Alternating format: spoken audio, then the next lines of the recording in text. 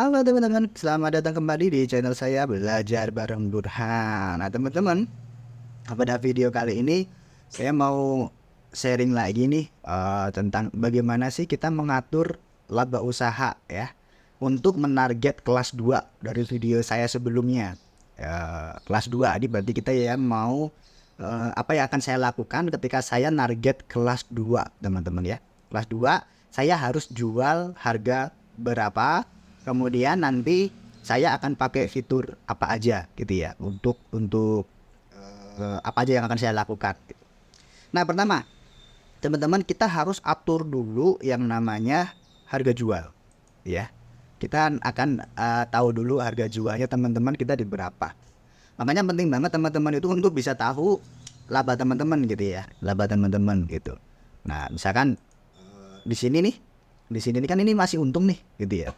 Jadi goal prioritas kita itu untuk saat ini nggak, saya ngomong secara umum ya, ngomong secara umum. Ada beberapa seller itu emang ya masih stabil gitu ya, tapi kebanyakan itu bingung dan apa namanya, mereka nggak punya laporan keuangan, jadi susah mereka itu mau ngevaluasinya bagaimana gitu ya, bagaimana ngevaluasinya. Jadi buat teman-teman kalau mau generate pengen tahu laba ya, laba itu nanti bisa pakai jasa saya, itu bisa generate 50.000 sebulan. Nanti saya kasih tahu hitungkan kayak ginian ya. Karena ini kalau nggak dijual template susah teman-teman. Ngoperasikannya agak-agak suka rancu gitu ya. Rumusnya itu ketika di copy, di duplicate gitu dia suka berubah gitu. Jadi ya mendingan teman-teman ngasih data aja, nanti saya yang generatein 50.000 sebulan. Ya bisa tahu, seenggaknya tahu laba ya, tahu laba usaha. Jadi teman-teman nanti punya gambaran strategi kedepannya harus gimana gitu kan ya. Murah daripada nge-hire accounting misalkan belum mampu gitu kan ya. Orang-orang yang mungkin kayak saya gitu yang laba bersihnya baru di angka 4.500.000-an ini agak-agak eman gitu kalau mau nge-hire accounting gitu kan. Bayar accounting misalkan 2 juta, nah sisanya 2.500.000 gitu ya. Berat gitu ya, berat. Nah sekarang teman-teman, saya akan ajak teman-teman itu bagaimana strategi saya itu untuk menarget kelas 2. Menarget kelas 2. Yang pertama itu adalah harga jual dulu. Sebenarnya lebih ke harga jual, makanya saya suka nih pakai ini. Nah nanti biasanya teman-teman, kalau teman-teman itu menarget kelas 2 dan nanti teman-teman itu nge-BCG produknya ya, nge-BCG produknya, maka nanti produk-produk yang mungkin ada di Star sama Kesco ini tidak akan terlalu banyak ya kan. Konversinya biasanya ya mungkin apa namanya agak-agak susah. Karena apa? Bapak agak susah sih ya, mungkin karena segmennya itu bener-bener lebih apa ya, lebih tidak terlalu luas gitu ya, tidak terlalu luas. Nah di sini kan kalau di kalkulator di sini teman-teman, nah enaknya gimana, enaknya berapa tuh. Nah kita harus pahami dulu berapa sih biaya-biaya yang kita keluarkan itu apa aja teman-teman kalau berjualan di Shopee. Contohnya nih misalkan dan nanti target penjualan kita itu di angka berapa gitu, di angka berapa untuk satu toko gitu misalkan ya, untuk satu toko. Jadi misalkan nih nanti ada target penjualan teman-teman, ada target penjualan. Kemudian kan biaya yang kita keluarkan itu adalah ada biaya admin, biaya admin karena saya mulai itu di angka 15%. Misalkan target penjualan kita asal dulu apanya ya, ini saya asal dulu biar keluar angkanya. Ini berarti sama dengan ini dikalikan 15%. Oke, berarti sekitar biaya admin yang dikeluarkan nanti sekitar 15 juta. Kemudian apalagi sih biaya operasional teman-teman. Biaya operasional untuk yang ini itu mungkin saya akan pakai sekitar 2-an ya. Biasanya saya kejar biaya operasional itu di angka 5% teman. Di angka 5%. Jadi ya sekitar gini aja. Kita yang gitu nya nanti biar sebentar ya. Oke. Nah, 5 juta. Kemudian nanti ada yang namanya misalkan biaya operasional, biaya admin, sama biaya iklan teman-teman. Biaya iklan berapa? Sebenarnya biaya marketing sih ya teman-teman, lebih ke biaya marketing kalau saya bilang. Nah kalau teman-teman nargetin yang kelas 2 ya kan, kelas agak tinggi ya, menengah atas gitu ya, menengah ke atas gitu ya, menengah cenderung ke atas, itu mending ikutin akosnya Shopee. Ya, mending ikutin akosnya Shopee. Kenapa? Karena nanti teman-teman kan gak punya senjata lain, teman-teman, kecuali ini gitu, kecuali marketing ini gitu. Teman-teman ikutin akosnya Shopee. Misalkan saya kan fashion muslim. Nah, ini dia data. Nah, ini biaya akosnya Shopee untuk fashion muslim itu di rentang 25% sampai 50%. 25% sampai 50%. Wow. Ini sih apa namanya? Gede banget ya. Mungkin kalau 50% enggak sih ya. Saya mungkin akan kejar minimalnya di angka 25% gitu ya. 25%. Jadi akosnya Shopee itu misal pakai aja kalau misalkan kita targetnya yang agak-agak tinggi teman-teman dan kita mau fight, mau bertarung di iklan gitu ya. 25%. Nah, ini sama dengan oke. Sekarang tinggal labanya berapa teman-teman. Ini aja dulu ya. Ini total biaya ya. Total biaya yang akan keluar itu udah pasti ini teman. 45%. 45%. Jadi kalau teman-teman mau target kalangan atas, laba teman-teman harus di atas 45% dan sisanya itu adalah labanya. Ya kan? Sisanya itu adalah labanya. Ya. Jadi misalkan teman-teman ngeset marginnya itu sama dengan 50%, maka nanti estimasi laba teman-teman, estimasi laba itu sama dengan margin dikurangi dengan total biaya. Oke, 5%. Ini estimasi laba. Ini berarti 5 juta ya. Oke. Nah, ini kalau mau main level 2 ya. Dan ingat ya, semuanya harus dibudget teman-teman. Semuanya harus dibudget. Ini contohnya saya itu main di angka 48%. Nah, sekarang saya main di target ROAS 6. ROAS 6 itu masih masuk. Jadi saya masih bisa dapat laba 5,6 ya dia. Target ROAS 5,6. Itu masih dapat 10%, teman-teman. 10%. Loh Mas, berarti kita bayar Shopee aja ya, tanda kutip ya. Bayar Shopee aja 45%, kemudian estimasi laba kita cuma 5%, itu hanya dengan margin 50%, teman-teman. Ya memang begitu ya, memang begitu. Ini memang udah wayai. Udah wayai, nggak seperti dulu lagi teman-teman ya. Dulu mah kita 30% bersih ya, paling kepotong biaya admin cuma 1,8, belum biaya penanganan ya kan. Makin kesini ya makin kesana gitu ya. Kita kan memang pakai platformnya mereka, yang punya platform pasti mau cari untung gitu ya. Iya, kita nggak bisa ngeluh juga gitu, nggak bisa ngeluh juga. Jadi kondisi kita sebagai seller itu ya kalau mau sambat kalau pas ketemu aja gitu ya. Tapi sebagai seorang pengusaha ya kita mikirin bagaimana kita bisa bertempur di dunia ini kan gitu. Untuk kondisi saat ini kita harus menyesuaikan gitu ya. Nah, total biaya marketing 25%, 25 juta. 25 juta itu nanti teman-teman, wow, banyak juga ya. Kemungkinan sih itu ini estimasi ya, estimasi. Jadi seenggaknya berarti teman-teman kalau mau menargetkan kelas 2 seminimal-minimalnya ya 50% lah. Teman ya.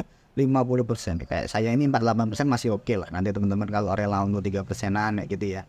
Karena mungkin untuk kondisi sekarang target ROAS-nya masih bisa di agak-agak kecil ya, 18%, 15%, itu masih apa ya, masih sangat mungkin banget untuk dikejar ya teman-teman. Target ROAS 6, 7 untuk segmen menengah atas itu bisa dikejar gitu ya. Jadi anggap aja nanti kelebihan dari biaya marketingnya ini sebagai keuntungan. Tapi ini kita tetap budgetin ya kan, tetap budgetin. Jadi ini cuma gambaran aja teman-teman. Jadi kalau teman-teman itu mau ikut semuanya kayak gini, maka perkiraan estimasi margin yang harus di set itu di angka 50%. Artinya 50 margin 50% itu berarti Mas kalau misalkan HPP kan ya, HPP itu apa? Harga pokok penjualan teman-teman. Jadi biaya pengadaan barang teman-teman itu berapa? Ya, misalkan nih teman-teman ada biayanya itu beli kulaan ya, kulaan celana itu 20.000. 20.000. Ini 200.000 atau 20.000 sih? 20.000. Nah, 200.000. Ya kan 200.000. Bukan ditambahkan cuma 10.000 ya. Jadi terus teman-teman nanti harga jualnya bukan bukan ini, bukan dikalikan 50%. Ini salah teman-teman. Bukan sama dengan HPP dikalikan dengan marginnya berapa 50% gitu kan, 10.000 tuh. Kemudian ditambah lagi HPP ya.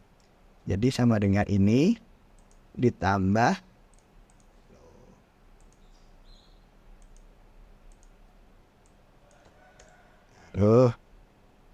sama dengan ini ditambah, ini salah ya. Ini contoh yang salah teman-teman. Biasanya ada beberapa seller yang hitungnya kayak gini. Dikalikan margin 50% gitu. Nah, berarti harga jualnya 30.000. Ini salah. Ini salah. Kalau kayak gini margin teman-teman itu kan berarti cuman berapa? Harga jual dikurangi HPP dibagi harga jual. Nah, kayak gini cuma 33% teman-teman. Bukan 50% gitu kan ya. Makanya jangan salah cara hitungnya ya. Jangan salah cara hitungnya. Nah, yang benar gimana sih sebenarnya kalau ngehitung harga jual itu dengan HPP yang saya mau dan HPP 20.000 dengan margin yang saya mau sebesar 50% gitu. Nah, jadi teman-teman tinggal kayak gini cara ngitung harga jual tuh ya. Jadi sama dengan HPP dibagi 100% dikurangi 100% itu 1 ya. 1 dikurangin ini gitu ya. 1 dikurangin ini. Tapi biar paham maksudnya 100% dikurangin marginnya yang mau berapa? 50%. Jadi ya berarti HPP dibagi 50%. Kalau margin teman-teman tuh maunya 70%, berarti HPP dibagi 30%. Karena 100% dikurangin 70% itu 30% kayak gitu. Ya, jadi rumus yang benar tuh kayak gitu teman-teman pada saat ngitung jual. Maka harusnya teman-teman jualnya 40.000. Ya, jadi 40.000 itu bukan margin 100% gitu ya dengan HPP 20 karena 2 kali lipat enggak. Itu berarti marginnya 50% gitu ya teman-teman. Nah, ini kan bener kan marginnya 50%. Nah, ketika margin 50% kayak gini, misalkan nih, ini anggap aja HPP 20.000. Kemudian harga jual saya di angka 40.000. Nanti kalau kita udah punya kalkulator luas kayak gini enak banget teman-teman. Margin profit kita 50%, biaya tinggal itu aja biaya admin berapa. Kalau teman-teman bukan mall mungkin di angka 12%. Kemudian biaya operasional hitung aja. Hitung sama target penjualan teman-teman. Kalau estimasi target penjualan teman-teman itu di angka 100 juta, berarti dan jumlah karyawan teman-teman itu 2, misalkan biaya operasionalnya bisa 5 juta, itu 5%. Kemudian nanti teman-teman hitung aja tuh pengeluaran tiap bulan dicatat ya, dicatat. Oh, beli galon minum, beli administrasi bensin untuk perjalanan, misalkan kayak gitu. Beli peralatan, beli tinta, ya kan, kertas printer, kertas thermal, plastik packing, lakban dan lain sebagainya, catat, anggap itu biaya operasional. Kemudian tulis di sini berapa persen kira-kira dari targetnya penjualan teman-teman. Waduh, nah semakin tinggi di sini ya nanti biaya operasionalnya makin kecil hasilnya. Jadi silakan disesuaikan. Dan ini juga makanya teman-teman kalau punya laba kayak gini, teman-teman itu enaknya apa? Enaknya teman-teman bisa mengestimasi berapa karyawan yang dibutuhkan. Gitu ya. Berapa karyawan yang dibutuhkan. Apakah emang iya dengan penghasilan saya yang sekian, saya udah bisa meng-hire 10 karyawan, tinggal dihitung. Contohnya di sini, laba saya itu 9 juta. Laba kotor. Kemudian biaya iklannya 4.500.000. Sisa laba saya itu tinggal 4.500.000. 4.516. Ini kalau saya sampai nge-hire 2 karyawan, habis ya, dengan catatan UMR Jogja ya 2 juta sekian gitu ya. Kan habis untuk operasional. Ya kan habis untuk operasional. Jadi kalau ketika laba aku sekian, berarti karyawanku mungkin cukup 1, ya kan ya. Saya harus terjun dulu, ya. Saya harus terjun dulu karena sebenarnya juga bagusnya itu kita sebagai owner itu gajian. Kalau enggak ya kita akan ketarik terus uangnya gitu ya. syukur-syukur ya untuk gaji kita dulu lah, misalkan 2.500.000 dulu perusahaan untuk 2 juta. Nanti baru nambah admin dengan cara kita naikin penghasilan kan gitu. Nah selanjutnya ini kan udah misalkan anggap aja ya biaya operasional 5%. Nah di sini udah ketahuan teman-teman, fashion muslim saya mau ngejar misalkan di target ruas 4, itu kemungkinan laba bersih saya di angka berapa? Kemungkinan di 8%, di 8%. Nah itu teman-teman masih bisa memperkirakan gitu ya, memperkirakan oh berarti kalau misalkan nanti pendapatan saya 100 juta, saya perkiraan bisa dapat 8 juta nih bersih ya. Tapi mungkin nanti pada saat faktanya akan berbeda, makanya itu terus dievaluasi nih kayak gini tiap bulan teman-teman generate laporan laba ya. Berapa labanya ketahuan, oh berarti sekian, oh berarti ini labanya sekarang kecil, ini berarti itu karyawan banyak nganggurnya, atau misalkan oh aku berarti terlalu banyak spend iklannya gitu. Karena spend iklan ini juga kita perlihatkan dari labanya teman-teman. Saya biasanya karena saya agresif, saya ngambil sekitar 4.500.000 sampai 9 juta gitu. Jadi rentang iklan saya untuk saat ini itu untuk scale up ya, untuk scale up itu di 4.500.000 sampai 9 juta toko ini teman-teman ya kan. Dilihat aja di sini untuk bulan Oktober. Nah nih biaya iklannya 3.100.000 teman-teman. Ruas nanti dulu, nanti ruas itu karena gimana ya saya bilang ya, di sini itu ruasnya gedebus ya teman-teman, penjualan dari iklan sini itu gedebus ya. Jadi data dashboard Shopee itu saya bilang gedebus teman-teman. Nah, makanya nanti saya akan hitung di sini, saya akan hitung di sini aja. Jadi real pendapatan yang saya dapat itu berapa sih ya. Kalau laporan keuangan saya lebih kompleks ya kan, lebih kompleks dari ini gitu ya. Tapi teman-teman mungkin kalau yang masih kecil, kalau mau pakai yang laporan keuangan kompleks, saya kira agak-agak berat gitu ya, agak-agak berat gitu. Nah ini dulu cukup, seenggaknya seminimalnya teman-teman tahu labanya ya, tahu labanya. Jadi penghasilan berapa, HPP berapa, udah itu ketemu laba kotor. Setelah ketemu laba kotor, nanti mau dikurangin operasional, iklan dan lain sebagainya, semuanya bisa dihitung, bisa di budget ya. Konsepnya itu yang penting budget teman-teman, karena kita bisnis itu yang penting untung kita. Oke ya. Nah kalau udah ketahuan labanya nanti dievaluasi. Di sini kan saya 3.100.000, ini tanggal 23, masih seminggu lagi ya. Let's say seminggu lagi berarti mungkin dia nambah-nambah 1 juta ini ya. Makanya ini sebisa mungkin harus naik nih biaya iklannya. Biaya iklannya harus naik karena target saya seminimalnya nanti dia itu konsumsi, berarti kan budget saya di 4.500.000. Ketika saya masukkan di sini, dia harus mengonsumsi iklan sebesar 4 juta teman-teman. 4 juta pas ya. Ini karena ada BPN, ada BPN. Jadi saya salah kurangi. Pokoknya saldo iklan bulan Oktober ini nanti makannya dia minimal gitu teman-teman. Dia harus makan 4.035.232 sampai 9.067 sampai laba kotor itu habis scale up ya kan ya. Maksimal di sini. Apakah saya berani ngiklan budget di atas 9 juta? No. Tidak. Ya teman-teman, tidak. Saya scale up pun juga ada batasannya berapa. Kenapa? Karena ketika saya burning uang makin tinggi di iklan, pertama belum tentu dia mau makan. Yang kedua, kalau saya paksakan, biasanya ROAS saya yang terancam. Jadi saya mau growth, saya mau bisnis saya itu berkembang, tapi pelan pasti gitu ya. Pelan pasti saya mainnya. Yang penting saya harus ada untungnya gitu ya. Jadi pada saat kita mau target kelas 2, mungkin saran teman-teman main di margin kisaran 5%. Ya 45, 50 ya dengan segala resikonya ya. Semakin lebih tinggi makin bagus gitu ya. Kalau bisa ngejualnya, nah gitu ya. Makanya nanti akan kita evaluasi gitu ya di sini. Rata-rata target ROAS kita berapa? Oh ternyata di sini target ROAS kita rata-rata di 5,29. Misalkan kita pakai data ini ya, meskipun ini ya data-dataan data-dataan.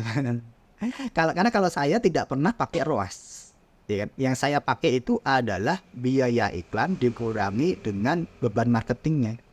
Biaya iklan dibanding dengan pendapatannya secara global wes.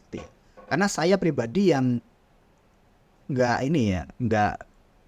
apa istilahnya itu, sudah nggak percaya lagi sama pemisahan ini traffic organik, ini traffic dari iklan, ini, apa ya teman-teman, itu di luar kendali saya ya. Sesuatu yang di luar kontrol kita itu tidak pernah saya pakai sebagai patokan ya. Uncertainty-nya tinggi. Ya udah, ini yang saya pakai, biaya iklan dibagi dengan total penghasilan. Tapi total penghasilannya bukan yang ini teman-teman.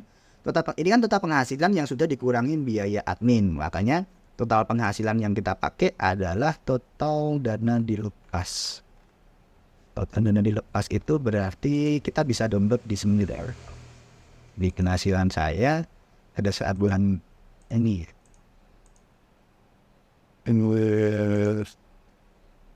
pertanggal yang September ya, yang saya pakai itu ini bukan data ROAS. Jadi berapa menit udah? Aduh, 20 menit. Dadah, nanti ini apa namanya di video terpisah aja ya. Gitu dulu udah 20 menit ternyata. Nggak sadar. Pokoknya kurang lebih kayak gitu ya, tentuin margin untuk target kelas 2. Pesan terakhir saya seperti biasa teman-teman, tidak ada kata terlambat untuk belajar. Sampai jumpa di video selanjutnya.